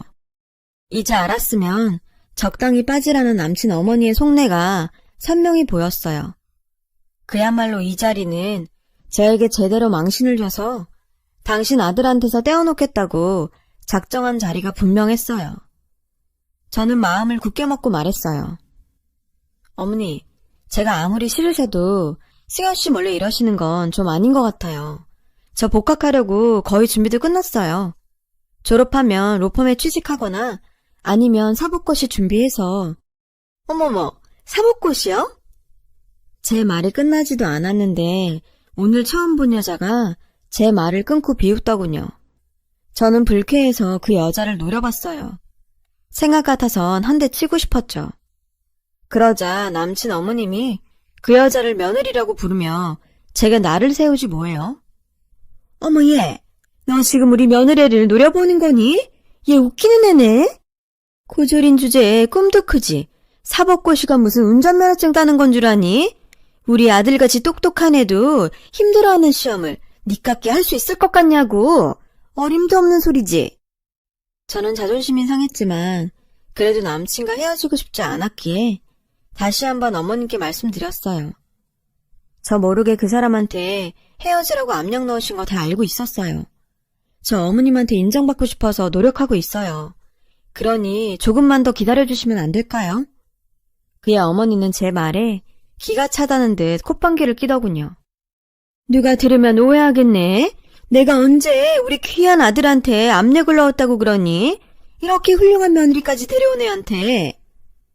어머님 말에 망치로 머리를 얻어맞은 것처럼 혼란스러웠어요. 그런 저를 보며 여자는 더는 못 봐주겠다는 듯 저에게 자신의 핸드폰을 건네주더군요. 그녀의 핸드폰에는 다정한 연인의 사진이 여러 장이 있었어요. 그 사진 속 연인은 다름 아닌 제 남친과 바로 제 앞에 앉아있는 여자였어요. 기가 막혀서 아무 말도 할 수 없더군요. 이 사진이 어머님과 제가 일방적으로 그쪽한테 이러는 게 아니라는 증거가 되겠죠? 내가 제자 같아서 하는 말인데 어울리지도 않은 어린놀이는 그만하고 나이에 맞게 노세요. 여기 있는 어머님과 여자보다 남친이 더 괘씸했어요. 제가 등록금을 마련하고 있던 그 시간에 자긴 양다리를 걸치고 있었다니. 도저히 참을 수가 없었죠. 너무 분해서 아무 말도 못하는 저를 보며 두 여자는 이 상황이 만족스러웠는지 밝은 얼굴로 자리에서 일어났고 저는 끓어오르는 화에 도도한 교수님의 머리채를 확 잡아버렸어요. 그 바람에 카페는 순식간에 아수라장이 되었죠. 그러자 어머니는 소리쳤어요. 어머, 얘 좀 봐. 이제야 본성이 나오네. 없는 집 애들은 꼭 이렇게 티를 낸다니까. 어머님은 끝까지 절 깎아내리시더군요. 아무리 내가 발버둥 쳐도 저들이 원하는 방향으로 갈 수밖에 없는 이 상황에 전 화도 나고 억울해서 미칠 것 같았죠. 하지만 여기서 더 성질을 내봤자 뭐가 달라지겠어요. 저는 여자를 있는 힘껏 밀어버리고는 가게를 나왔어요. 그리고 다음날 로펌도 그만뒀어요. 그 사람을 보면 제가 그땐 어떻게 할지 저도 제가 무서웠거든요. 첫날은 울고 다음날은 죽은 사람처럼 천장만 보고 있었어요. 저를 로펌에 소개해 주셨던 엄마 친구분이 로펌에 퍼진 제 소문을 엄마한테 말했더군요. 엄마는 복학을 하라며 등록금을 빌려 오셨어요. 가난 때문에 딸이 그런 꼴을 당했다는 생각에 가슴이 찢어지는 것 같았다면서요. 전 엄마를 가슴 아프게 해드려서 너무 미안했지만 그 돈으로 복학을 하기로 결심했어요. 다시는 그런 치욕을 겪고 싶지 않았거든요. 그렇게 전 복학을 했고 정말 미친 듯이 공부만 했어요. 그러던 중 로펌에서 친하게 지냈던 직원을 통해 그의 소식을 듣게 되었죠. 다음에 그 여교수와 결혼한다더군요. 저는 그들에게 복수하는 방법은 오로지 성공밖에 없다 생각하며 사법고시를 준비했어요. 목표가 뚜렷해지니 잠자는 시간도 아까울 정도였어요. 죽기 살기로 공부를 했어요. 그 결과 대학 졸업 후 사법고시 최종 합격이란 결실을 얻게 되었죠. 부모님께선 세상 누구보다 좋아하셨고 저는 모처럼 부모님께 제대로 효도한 것 같아서 무척 기뻤어요. 그리고 얼마 뒤 우리 집에 정말 좋은 일이 생겼어요. 아빠의 사업도 조금씩 펴가서 안정적이게 되었어요. 전보다 규모는 작아지긴 했지만 그래도 더 이상 돈 걱정 안 하고 살게 된 거죠. 지난 몇 년간 고생을 했던 우리 가족은 그날 행복의 눈물을 흘렸어요. 이후 저는 무사히 사법연수원 과정을 마쳤고 그렇게 바랬던 변호사 배지를 가슴에 달게 되었어요. 전 사법연수원을 좋은 성적으로 마친 덕에 대형 로펌들에서 러브콜을 받았어요. 그중엔 지우고 싶은 흑역사의 로펌도 껴있더라고요. 저는 친분이 있는 직원을 통해 전 남친이 아직 거기에 근무하는지 알아봤어요. 다행히 아직 거기에 있더라고요. 이제야 비로소 복수할 때가 되었다고 생각한 저는 그 로펌으로 가기로 했어요. 신입 변호사인 저에게 로펌에선 고급 세단 한 대와 억대 연봉을 약속했어요. 그리고 드디어 첫 출근 날이 됐어요. 대표 변호사님이 저를 소개하자 로펌 사람들은 다들 놀라는 눈치였죠. 자기들 밑에서 자질구레한 일을 도맡아 했던 제가 자신들 상사라니 충격이 컸을 거예요. 그리고 그 중에서 가장 충격을 받은 사람은 바로 전 남친이었어요. 그 사람 얼굴을 보자 지난 일들이 파노라마처럼 스쳐갔어요. 더럽고 치사하고 분했던 순간들이요. 당시 그 사람은 제가 로펌을 그만두자 핸드폰 번호부터 바꾸고는 미안하다는 전화나 문자 하나 없었죠. 아마도 다신 볼 일 없다고 생각했을 거예요.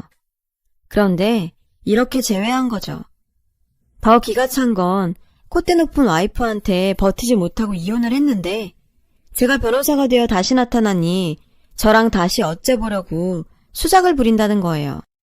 저는 어이가 없어서 그를 부하 직원 부리듯 하대했고 전부인으로 인한 트라우마인지 그는 저한테서도 멀어져 갔어요.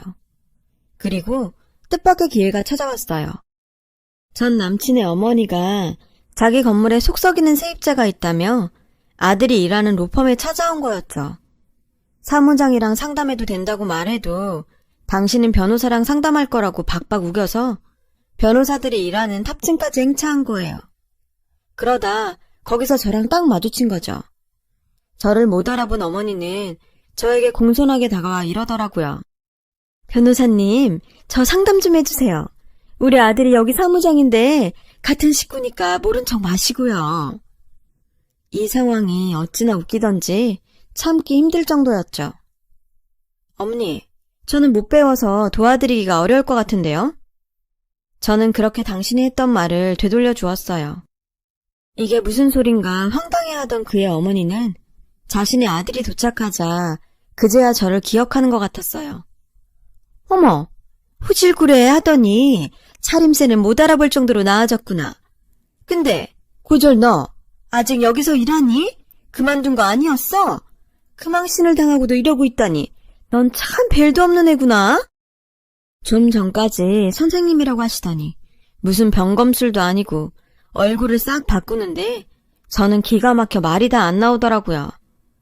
전 남친은 자기 엄마한테 눈으로 저를 가리키곤 엄마, 쟤 이제 고졸 아니고 우리 로펌 변호사야. 더 망신당하지 말고 얼른 나가요. 그는 자신의 어머니를 잡아 끌고 나가려고 했어요. 그런데도 어머님은 막무가내였죠. 믿기 어렵다는 듯 제게와 이렇게 말하더군요. 얘가 지금 무슨 소리야? 어떻게 고졸이 변호사가 돼? 전 이때다 싶어 눈 딱 내리깔고 또박또박 얘기했죠. 변호사라는 거 어떻게 되는지 정말 모르세요? 아, 맞다. 아드님은 귀찮아서 사법고시 안 본다고 했던가요? 사법고시란 게 귀찮고 말고 할 일인가요? 그냥 당신 아들은 못하는 겁니다.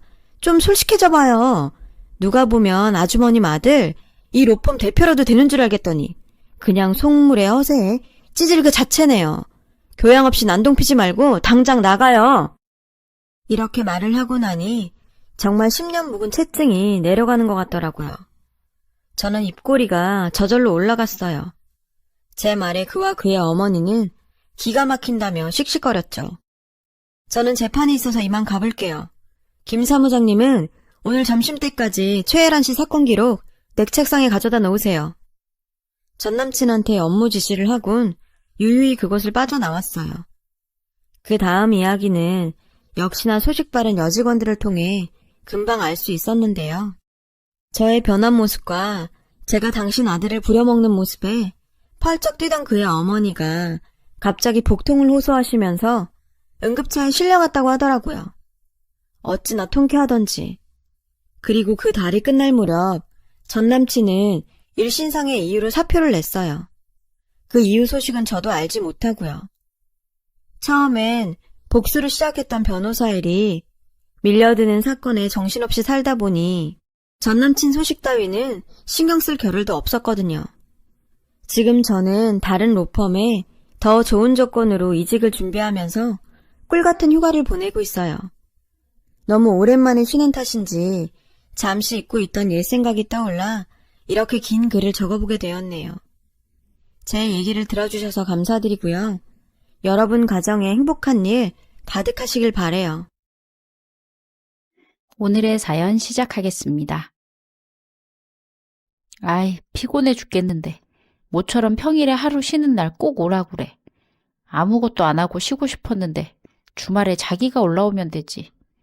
서울에서 청주로 내려가는 고속버스 터미널에서 다음 배차 시간 기다리며 딱딱한 플라스틱 의자에 앉아 있으려니 좀이 쑤시고 내가 쉬지도 못하고 이게 무슨 꼴인가 싶어 자꾸 불만이 터져 나왔습니다.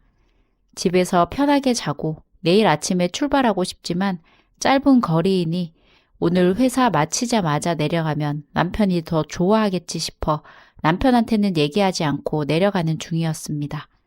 그래서 결국은 이 밤에 남편이 있는 청주로 가려고 버스를 기다리고 있었습니다.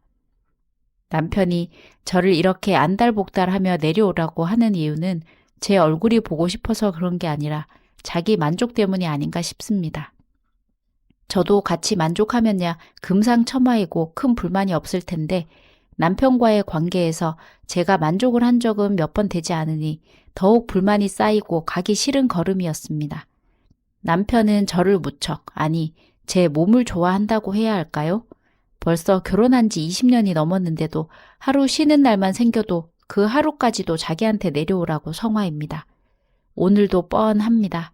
제가 집에 도착했다고 연락을 하면 남편은 점심시간이나 일하다 잠깐 시간 내서 숙소로 돌아올 것이고 자기 좋으려고 멀리 있는 저를 불러다 자기 기분만 내고 금방 시들어져서는 뒤도 돌아보지 않고 다시 집을 나설 것이 뻔합니다.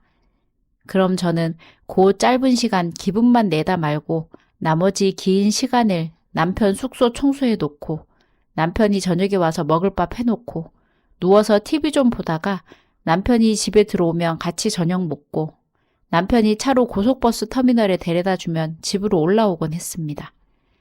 남편과 저는 주말 부부로 지낸 지 오래되었습니다. 남편은 빌라나 작은 건물을 설계하고 시공하는 일을 하는데 사장이긴 하지만 본인이 건물을 짓는데 직접 나서서 인부도 쓰고 업체도 선정해서 일정 맞추고 하다 보니 집에서 정시 출퇴근하는 직업이 아닙니다. 몇 달은 부산에서 건물 하나 짓고 조금 큰 건물이다 싶으면 1년 장기로 다른 지방에 있기도 하고 저는 우리나라 여기저기 남편 덕분에 안 가본 데가 없을 정도입니다. 그나마 청주는 배차 시간도 10분에서 15분 간격이고 운행 시간도 1시간 반 정도밖에 되지 않아 다행이지. 울산에 있는 현장에서 일하면서 오라고 할 때는 정말 이혼이라도 하고 싶은 심정이었습니다. 4시간 반을 꼼짝없이 버스 안에서 갇혀서 잠을 몇 번을 자고 일어나도 아직 도착은 하지 않고 남편과의 몇 분도 되지 않을 짧은 순간을 위해 하루를 꼬박 차에서 보낸다고 생각하니 나도 참 박복하다 생각했습니다. 이 여자 너무 밝히는 거 아니냐 생각할 수도 있겠지만 어느 정도만 되어도 제가 말을 안 하겠습니다. 말은 안 해도 저랑 같은 고민을 하는 여자분들 많지 않을까 생각해 봅니다. 몇십 년을 그렇게 살다 보니 이젠 큰 기대 없이 오라면 빨리 가서 남편 원하는 대로 일 치르고 오는 게 속 편해서 싫다 버티지도 않고 그냥 빨리 갔다 옵니다. 안 그러면 계속 전화 오고 사람을 달달 볶아 집에 있어도 마음 편히 쉴 수가 없으니까요. 이런저런 생각도 하고 빵집에서 먹을 것도 좀 사서 TV를 보고 있다 보니 드디어 청주 가는 버스가 들어오고 기사님이 내려 몇 분 쉬러 터미널 안으로 들어갔습니다. 이제 5분 남았다, 4분 남았다 시계만 보고 있는데 제가 타고 갈 버스 앞에 어떤 군복 입은 젊은 남자가 섰습니다. 딱 보기에도 체격이 좋고 피부도 거무스름한 것이 건강하고 튼실해 보였습니다. 자식이 있으니 아무래도 군인들만 보면 챙겨주고 싶고 안쓰럽고 그냥 지나쳐지지 않더군요. 저도 모르게 계속 쳐다봤던 모양인지 청년이 안녕하세요 하며 먼저 인사를 해왔습니다. 어디 가는 길이에요? 마지막 휴가 나와서 여자친구 보러 서울 왔다 집으로 내려가는 길입니다. 그래요? 능력 있네. 군인인데 여자친구도 있고 멋져서 그런가? 오랜만에 여자친구 만나서 좋았겠네. 여자친구하고 1분 1초도 더 붙어있고 싶을 텐데 왜 벌써 헤어졌어요? 배웅해주면 더 좋았을 텐데 혼자 내려가려니 아쉽겠네요. 그게 여자친구 만나지도 못하고 그냥 내려가는 길이라. 여자친구 만나러 와서는 왜 못 만나? 여자친구랑 사랑 싸움 했어요? 오랜만에 봤으면 좋았을 텐데 왜. 이제까지 잘 지내던 여자친구가 고무신 거꾸로 신어서 여자친구 집까지 찾아갔는데 만나주지도 않고 얼굴도 못 보고 그냥 돌아왔습니다. 이런 못된 년. 제가 대신 욕을 해주니 속이 시원했는지 거기서 욕이 튀어나올지 몰랐는데 의외였는지 청년이 배실 웃었습니다. 속이 많이 쓰리겠네. 그렇다고 사고치고 그러지 마세요. 뉴스에 보면 여자친구 때문에 막 타령하고 그러던데.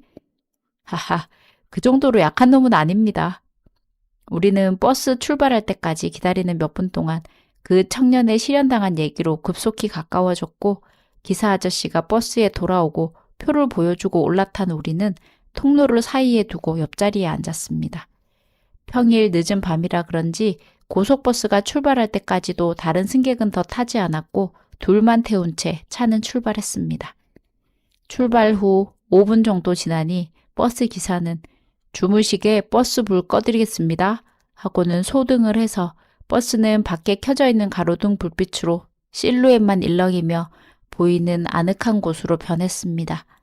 잠도 오지 않고 창밖을 쳐다보던 저는 창에 비친 청년이 이쪽을 보고 있는 걸 보곤 고개를 돌려 통로 옆 의자에 앉아있던 청년에게 터미널에서 산 샌드위치를 같이 먹겠냐는 식으로 들고 흔들었더니 안 그래도 배가 고팠는데 잘 먹겠습니다.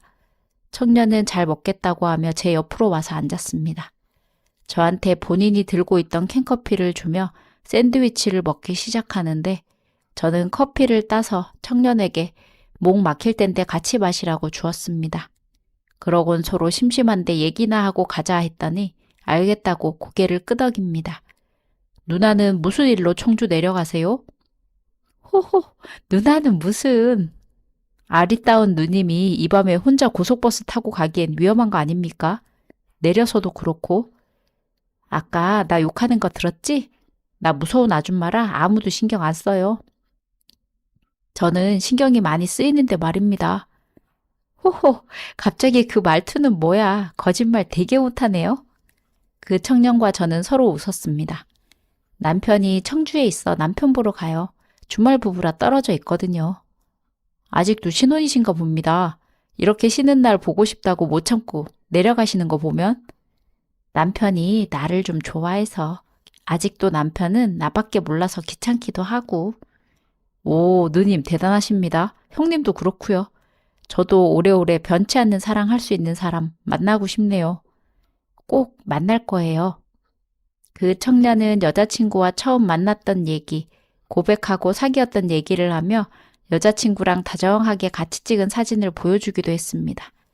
그러다 시무룩해져서는 이제는 집에 가서 여자친구 물건도 다 버리고 깔끔하게 정리하고 다시 새 출발해야지 다짐을 하였고, 저는 남편 얘기, 애들 얘기 잠깐씩 하며 남편과 아이들 사진도 보여주었더니 화목해 보이시네요 하는 말에 남편 머리숱이 많으면 좀 더 화목해 보이겠죠? 어이쿠, 이거 저도 지금부터 관리 들어가야겠네요. 그렇게 얘기를 나누며 터미널에 거의 다 도착했을 때 우리의 또 다른 인연은 시작되었습니다. 청년이 커피를 마시려고 입에 대고 손을 좀 위로 들었는데 덜컹 하더니 남아있던 커피도 주르륵 흘러 군복 상의에도 바지에도 스며들기 시작했습니다. 헉! 청년은 급해서인지 일어서지는 못하고 엉거주춤하게 앞으로 몸을 숙이곤 손으로 옷에 묻은 커피를 털어내려 했습니다. 저는 급한 대로 가방에 있던 휴지를 얼른 청년에게 건네준 뒤 가지고 있던 손수건으로 청년의 옷을 닦아주기 시작했습니다. 그 청년이 윗도리를 닦고 있어 저는 바지를 닦아주는데 청년이 갑자기 제 손목을 탁 잡더니 괜찮습니다. 제가 하겠습니다. 그 소리에 저는 퍼뜩 정신이 들었습니다. 아, 민망한 곳을 나도 모르게 마구 문질러 댔던 것입니다. 대충 정리가 되자 저는 민망한 기운을 좀 없애려고 일부러 아무렇지도 않은 척 아줌마 특유의 너스레를 떨었습니다. 아휴, 허벅지가 이렇게 실하니 어떤 여자 만나도 좋아 죽겠네. 뒷좌석에 나란히 앉아 저는 그 청년의 튼실한 허벅지 좀 만져보자, 기운 좀 받아보자 했더니 다리에 힘을 빡 주면서 만져보라 하더군요. 저는 장난으로 실하다며 그 청년의 허벅지를 한쪽 다리씩 주물러 보았습니다. 처음엔 장난으로 시작했는데 남편과 비교하면 정말 쇳덩이더군요. 저 혹시 연락처 좀 주시겠습니까? 어머, 왜요? 이런 누님 있으면 든든할 것 같은데 제가 군대 제대하고 서울 갈 일 있으면 연락드리고 밥이라도 한 끼 하고 싶어서요. 저는 처음에는 망설였지만 설마 연락을 할까 싶어 이렇게 만난 것도 인연인데 하며 연락처를 서로 주고받았습니다. 터미널에 도착 후 우린 잘 가라 인사하며 헤어졌고 저는 남편이 얼마나 좋아할까 싶어 신이 난 마음으로 남편 숙소로 택시를 타고 들어갔습니다. 쌍쌍여관 앞에 도착해서 택시 기사에게 고맙다고 인사를 하고 들어가려는데 제 등 뒤로 남편인 것 같은 남자가 어떤 여자와 팔짱을 끼고 지나가면서 여관으로 들어갔습니다. 오늘 밤에는 같이 있자 자기야. 나 피곤하단 말이야. 매번 자기 볼 일만 보곤 바로 가래. 안 돼. 내일 마누라 올 거란 말이야. 그냥 잠깐 있다 빨리 가. 내일 일 끝나고 다방에 들를게. 치, 자기는 마누라 되게 아낀다? 그래도 지금은 우리 선영이를 제일 사랑하지. 아이, 몰라.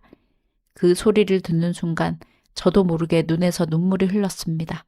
정말 한치의 의심도 없었던 남편이 다른 여자하고 놀아나고 있었다니 분하면서도 어이가 없었습니다. 저렇게 바람필 거 다 필 거면 저보고는 왜 오라가라 했는지 도무지 이해가 가지 않았습니다. 얼마를 그 자리에서 꼼짝도 않고 울고 있었는지 모르겠습니다. 저는 눈물을 닦고 이제는 어떻게 해야 하나 남편을 다 알고 있다고 생각했는데 나를 속이고 이런 짓거리를 하고 있었다니 더 이상 남편이고 뭐고 보고 싶지도 않고 다시 서울로 올라가야겠다 했습니다. 그때 전화가 울려 받았는데 그 청년이었습니다. 누님, 전화번호가 맞는지 확인차 전화 한번 드렸습니다. 늦은 밤에 잘 들어가셨는지도 궁금하고요. 왜 그러십니까? 무슨 일이에요? 갑자기 전화가 와서 받긴 받았지만 저는 아무 말도 할 수 없이 제 걱정을 하는 그 청년의 말에 눈물이 왈칵 쏟아져 아무 말도 못하고 울음을 터뜨렸습니다. 저 지금 택시 타고 집 들어가는 길인데 곧장 그리로 갈게요. 어디십니까? 저는 여기 어느 동네 쌍쌍여관 앞이다라고 겨우 얘기를 하고 나서 길바닥에 주저앉아 그 청년이 올 때까지 한참을 울었습니다. 내가 이러고 있을 동안 저 따뜻한 방에서는 남편과 그 여자가 히히덕거리며 뒹굴고 있을 생각을 하니 억장이 무너져 내렸습니다. 얼마를 그러고 있었을까? 한참 후 청년이 택시에서 내리며 저에게 누님! 하며 뛰어왔습니다. 갑자기 무슨 일 있으신 겁니까? 술이나 한잔 해요. 저는 도저히 이 기분으로는 맨정신으로 견디지 못할 것 같았습니다. 술이라도 마시며 울분을 모두 쏟아내고 싶었습니다. 생전 처음 보는 사람인데다 앞으로 볼 일도 없는 상관없는 사람이다 생각하니 오히려 얘기하기가 더 쉬웠습니다. 다 털어놓고 나니 청년은 아까 거기에서 얘기했으면 자기가 들어가서 다 작사를 내줬을 텐데 진작 말씀하지 그랬냐며 화도 내고 위로도 해주었습니다. 그렇게 해주니 제가 마음이 더 차분해지고 고마워지더군요.